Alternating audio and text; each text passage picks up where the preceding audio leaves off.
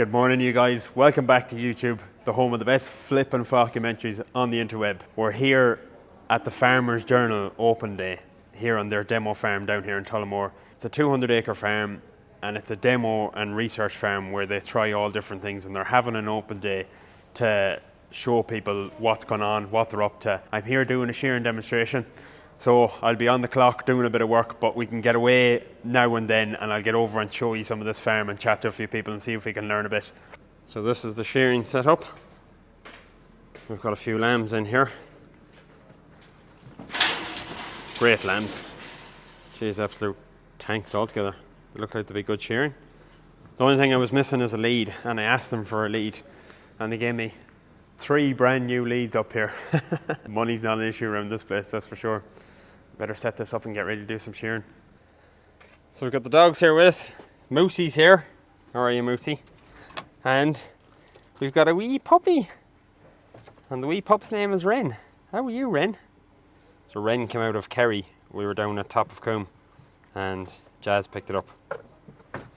Now we're not 100% sure of the breeding of the pup, but she's cute. And we'll find out, I suppose, as she gets older, whether she'll work or not. And Jazz wanted her, the boss wants a pup. Not much I can do really, is there? It's meant to be a good day, and we're down in the Midlands too, which is meant to be better weather than Sligo, than in the northwest. But maybe the man from the northwest is bringing all the rain down with him. It'll be sunny up at home today.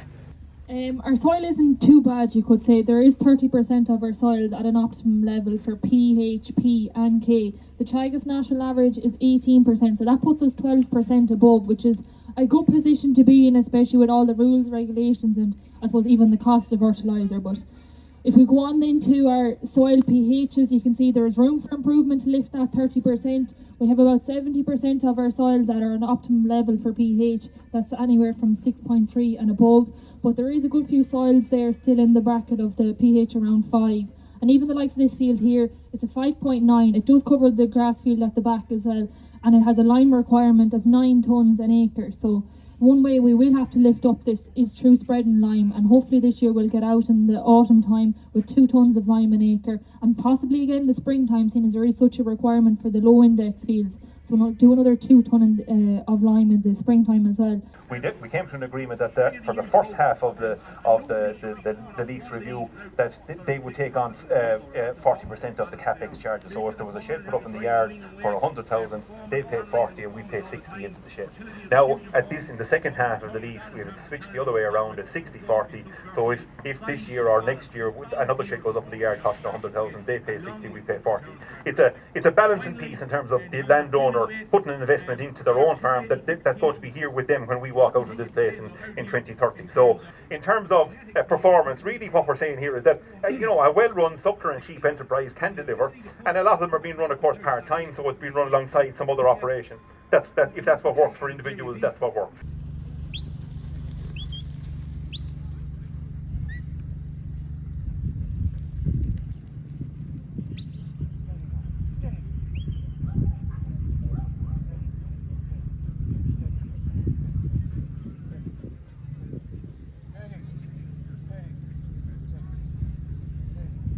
So Eamon's doing I just did a wee bit of video footage of Eamon here at the sheepdog demonstration.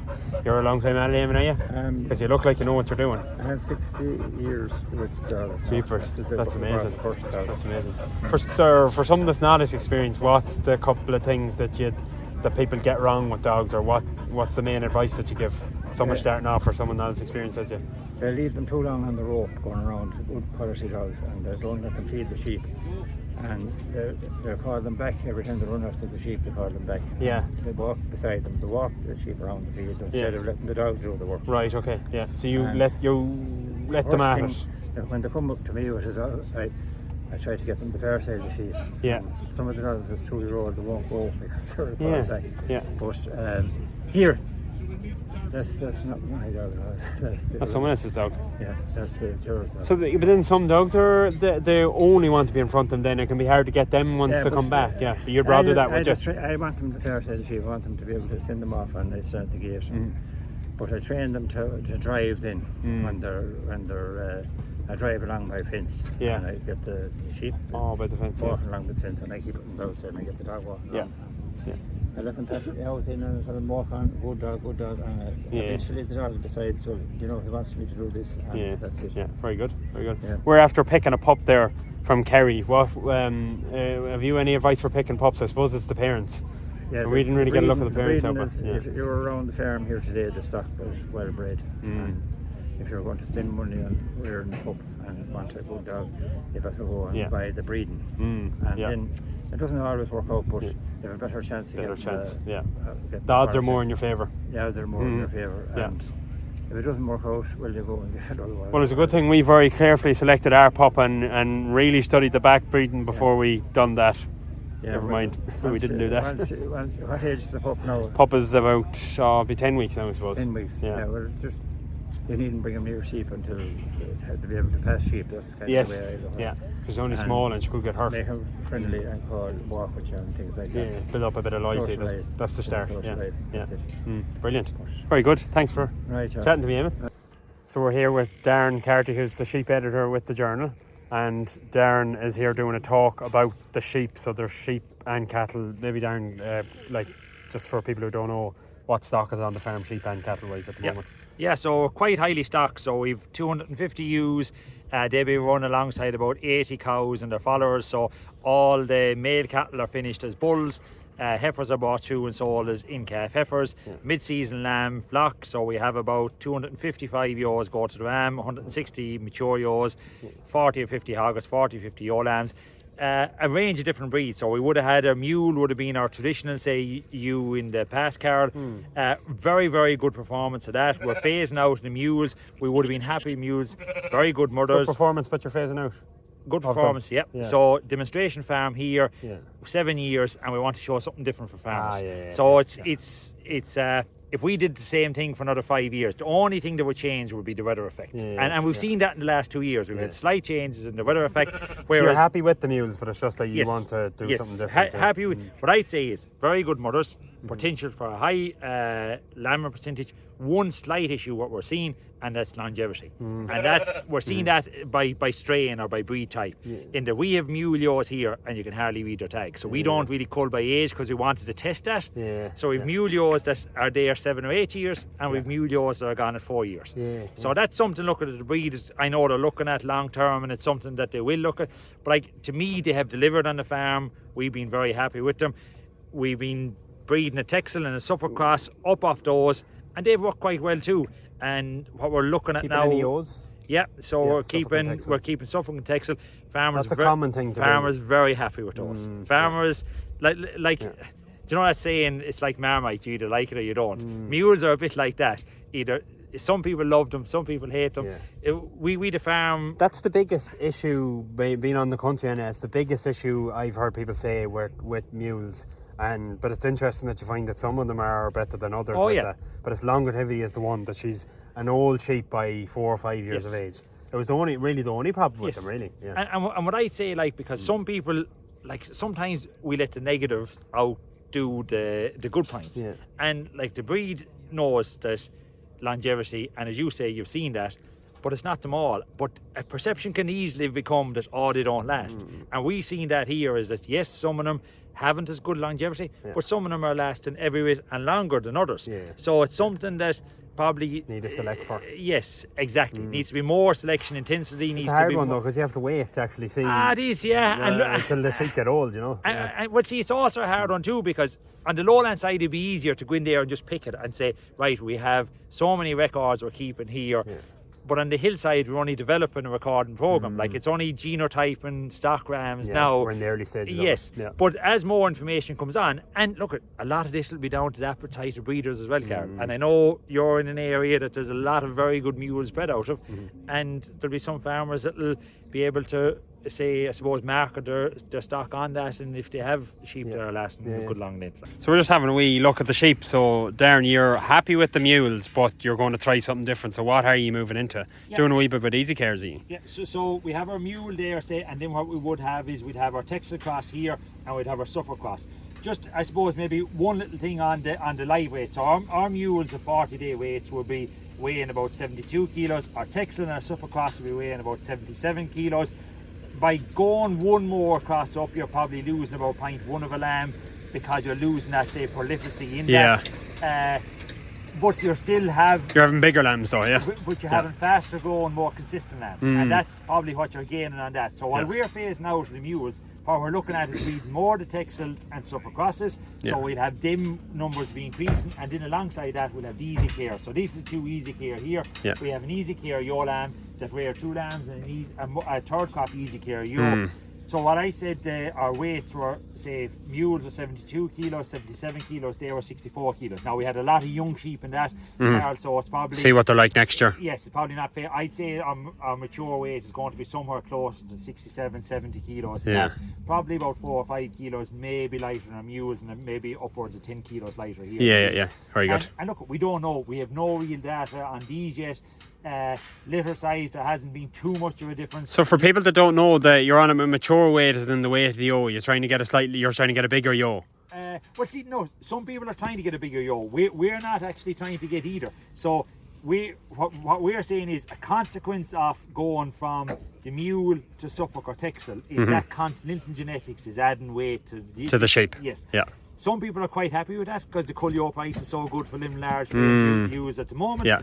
But then some people... They take feeding out them bigger sheep. Well, see, some people are talking about say, lamb efficiency and ewe efficiency. Now, there was every sort of, I suppose, maybe of feedback here today. Some farmers said, some farms are not that heavily stocked, ewes are under pressure, so if you can have that big ewe, if you can gain better lamb performance, well, what's the problem with that? Which I agree, there's no issue there. Yeah. If you're in a very intensive system and you want to be running a smaller type, say, ewe, and you think that is going to be able to allow you to run more of those, well, that is also a place for that system. Yeah. What we want to see here is that if we drop down in the mature weight of this ewe is how the lambs will perform, because we do see with other breeds, and particularly with breeds with very light, say, mature weights, lambs will do very good up to a certain weight, then they sort of stagnate a small bit because it takes some time to mature, grow a frame, and then move on again. Yeah. So that's one of the questions we'll be looking at. That's yours, so that's lambs with lighter sheep. So kind of a hill lamb would fall into that category, wouldn't it? Hill lamb, exactly. So if you get like your Scottish blackface ewe that's on a hard hill, 50 kilos,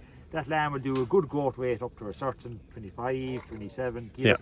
It'll take time for that lamb to mature, and that's why we say that the best buy for those is maybe to buy them, throw them out, let them mature on grass, let them grow a frame, and then finish them. Yeah. It's the exact same way when you're talking about mature weights.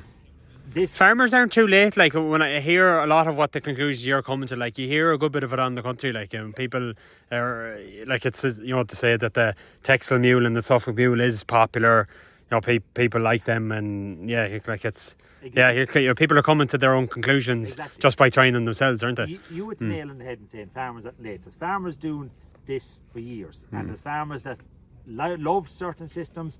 And you'll even have arguments about different systems. What we simply are trying to do in Tullamore farmers, put the figures behind it. Yeah. And to show then if a group comes in, we have to be able to say, right, this sheep is capable of doing X or Y.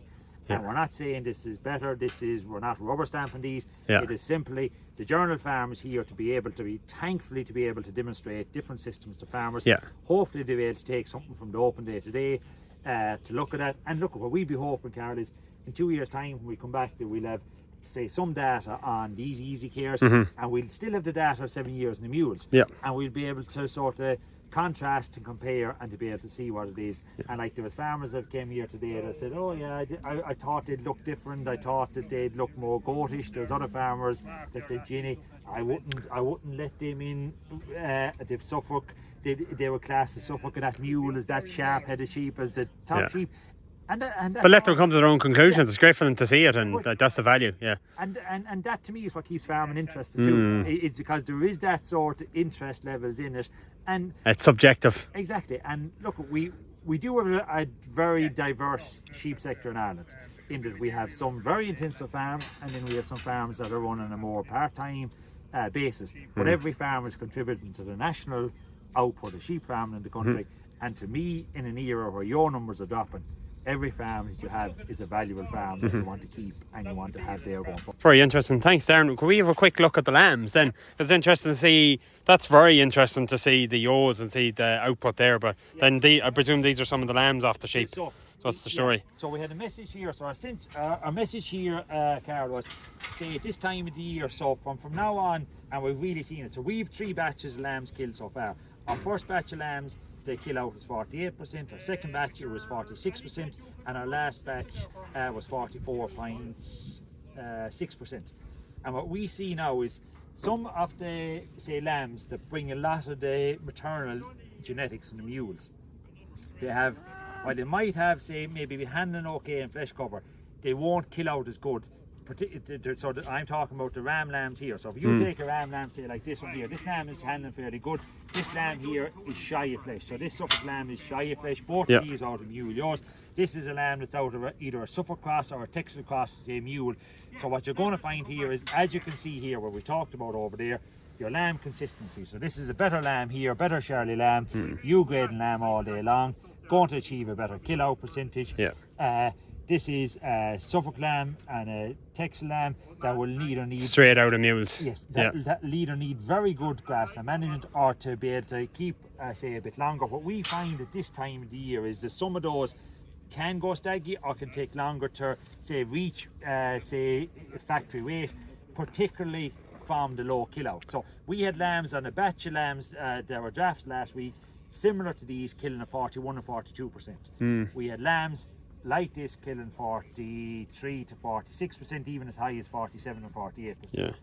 Now we also had lambs here, to be fair, that were killing 45 and 46%. But on average, as the year goes on, and these lambs grow and develop more into rams, what we find is that what works on Tullamore farm for us is if we develop what's called a finishing group. So what we have done in the past is lambs that are weighing 37, 38 kilos upwards, we've taken them out and given them about 0.3, 0.4 of a kilo of meal and truss. Not a huge amount of meal, but targeted feeding. And what we found is that keeps the lambs, say, moving along. We found that the kill out percentage will probably lift about 2%, so we'll be averaging somewhere around 43, 45% for a kill out. If we're to feed that lamb, you'll be up 45, 46%. But to me, there's a great benefit in meal going in at that stage, rather than waiting for so long, having lambs maybe at the tail end of the year, and then having to push them on the feed. So that was very interesting stuff from Darren, chatting a bit more on the sheep side of things. Like, they're fairly heavily stocked here. It's a fine farm, it's a 200-acre farm, but there's a good lot of stock here, and they're trying to do things fairly intensively.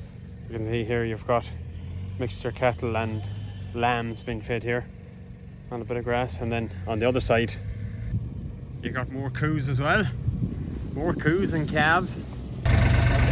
We're getting a lift up the farm here so I can do a bit more shearing demonstrations. Tell them get out of the way. Don't you know we've got Martin Merrick on this bloody... He needs to get to where he's going. VIP.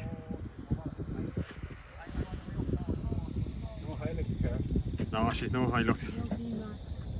Not near as many dents as the Hilux.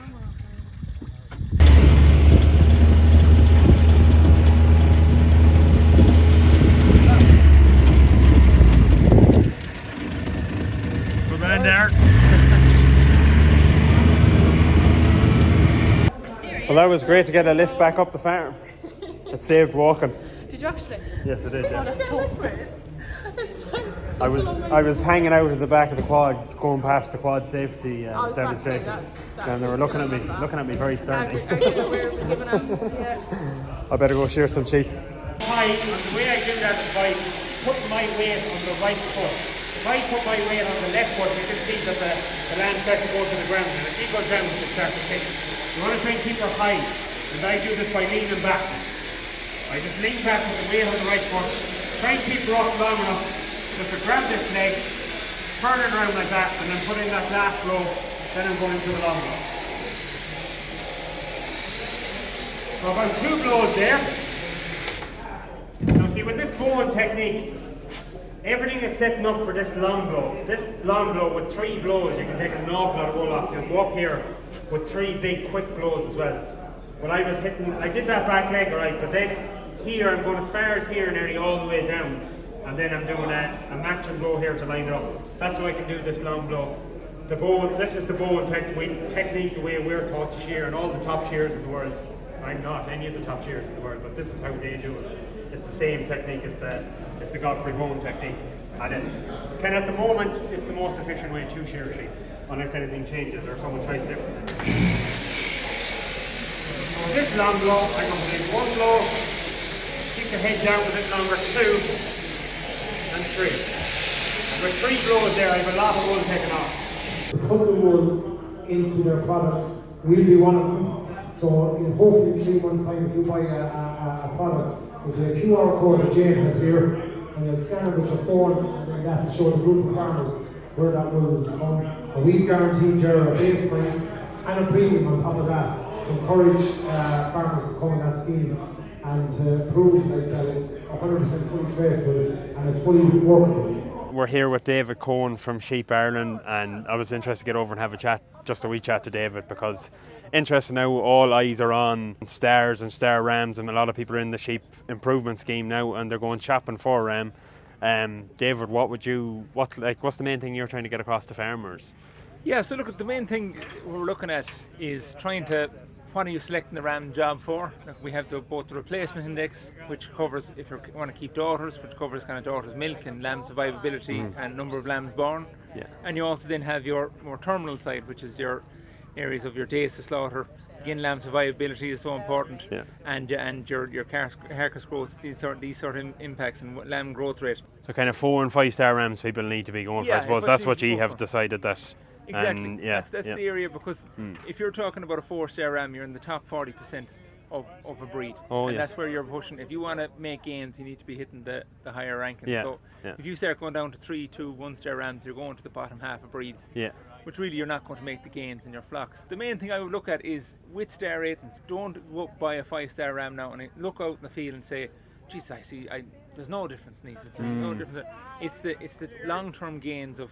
If we have information. Not going to be an overnight thing, is it? It's not going to be an overnight It's probably thing. What a lot of people think, that I'm paying a couple of $100 for a 5-star ram, and it's just going to be chalk and cheese of a difference. All U-grade lambs, and they're going to be flying out the door all different ways. They're probably they could be 5% better, or they could be, it might hardly be noticeable the first year, but that's to say that about genetics, it takes time. It does take time. Slow improvement, If you introduce, say, like the rams we have here, if you introduce these rams to your flock, it's the daughters in out of them rams, how them daughters perform better. Them daughters then crossed on with more 5-star rams. You start to make the gains long term. So we're on a wee bit of a walk. Myself and Moosey, the boys, and the girls are coming behind. Minus smaller legs. Minus Casey. Shearing demonstration is over. I'll go up here and have a look at the yoles. Moose is just not interested in playing with that. He's like, go away, will you? Hey, be nice to her. Ren, that'll do. Trouble is, she's not big enough to play with him properly. Nice yoles. Moose, that'll do. Short faces, there would have been winter shorn. They're probably going to be shorn again in August, September, I'd imagine. But the easy care ones are shorn already. Lovely bunch of yoles. Oh, easy mouse. New consignment to sheep coming. Mr. Martin Merrick. Not just a pretty face. Moose, easy moose, easy. I'll do well to hold this buck now. He's pretty strong, so he is. That's Jazz's dog. Very good. How do you find the tough trailer? Shaun likes it. Yeah. Yeah, we got it new there earlier in the year, and he got the fold down deck, so he had the decks with torn.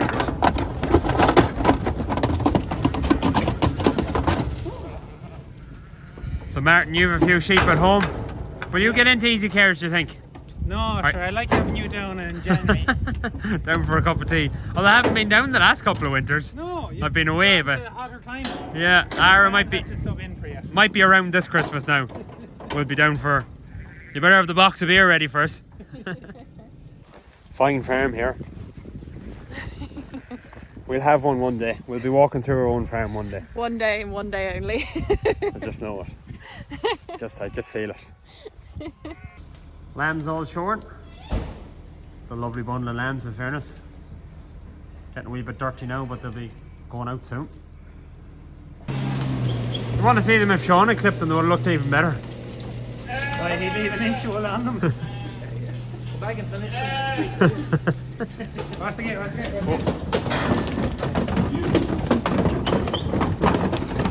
Lovely stock.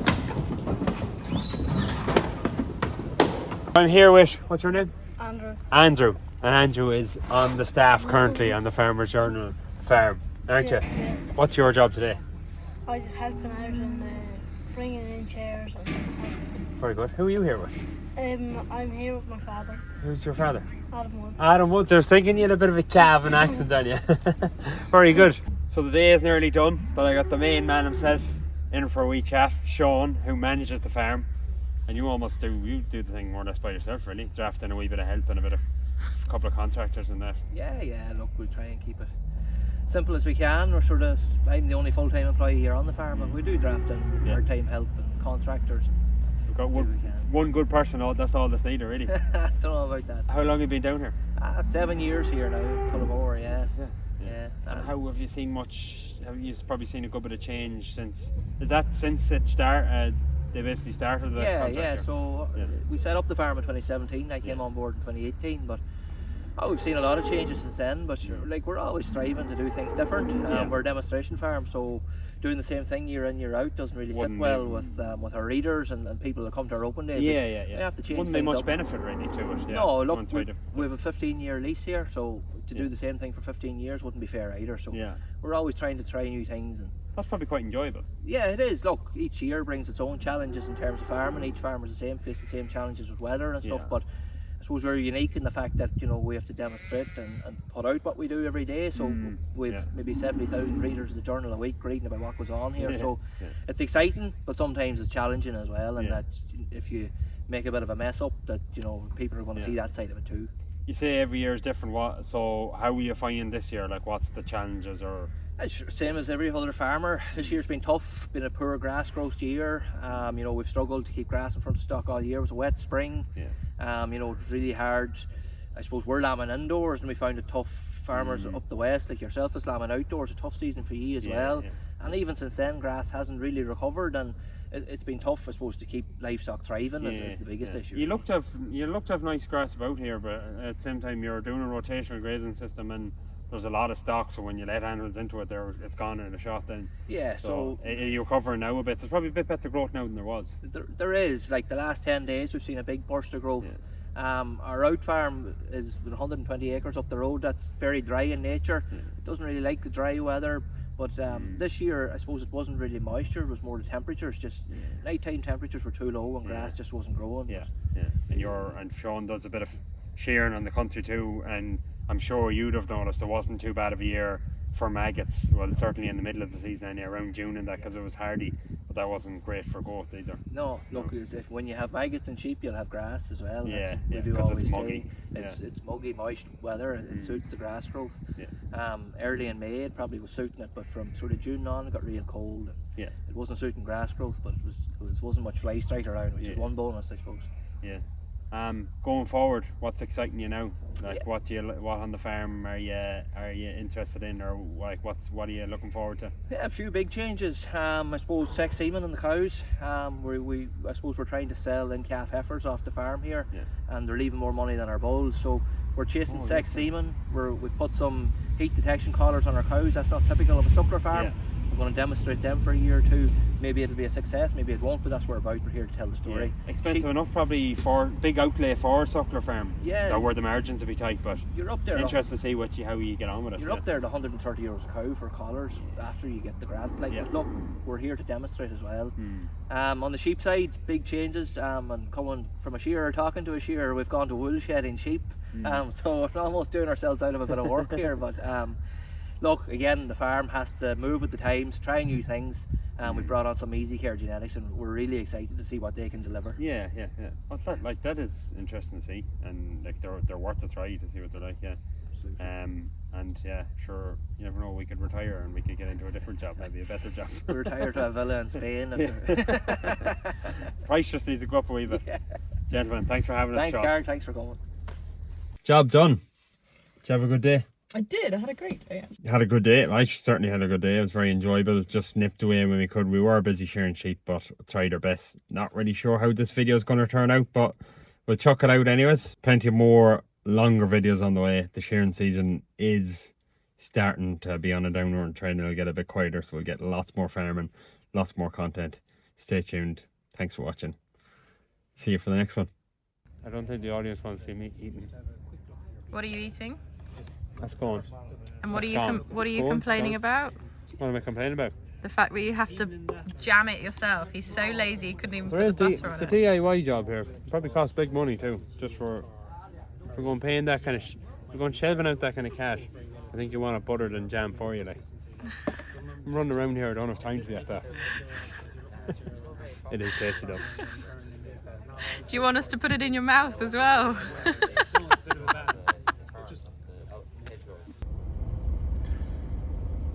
Tullamore traffic jam.